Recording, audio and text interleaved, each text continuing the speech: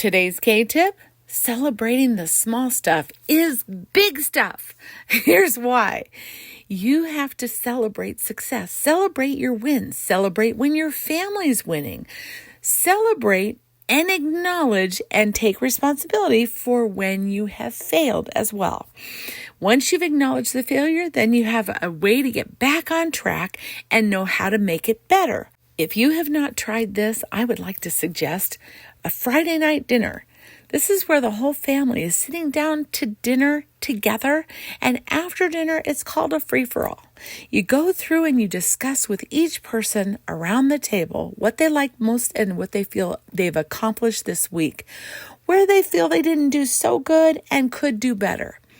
I used to use this particular time as a way to help my son be able to reveal things that he had done that I didn't know about yet, but needed to be discussed so that I could keep him on track with rights and wrongs and repercussions that could happen. So we called it a free-for-all.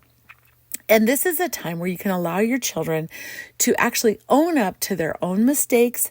There's no punishments. There's no repercussions. It's only a slight discussion. And it's not a harping discussion either where you're hammering.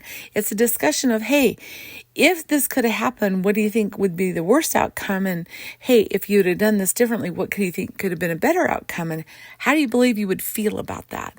By helping to get them to really use all of their cognitive issues and discuss every portion of things that are going on, they're being able to be gleaned and ready to make more conscious decisions about how they want outcomes to happen in the future. Also, celebrating the successes of those things that they share, that they acknowledge it's not so good or this wasn't that great.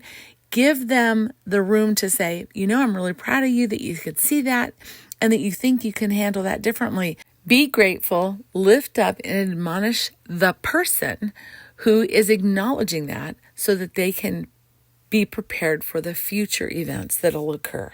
Not worry about repercussions. All right, same applies to you.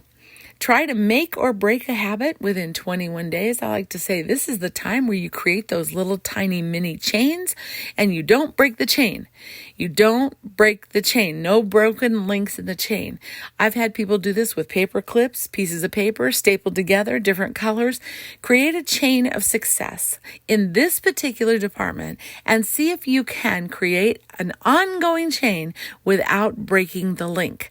If you break a link, you start again. Speaking of starting again, if you missed any part of this or need a refresher, go back to Monday and make this your challenge each week as a reminder that all the small stuff is what makes the big stuff.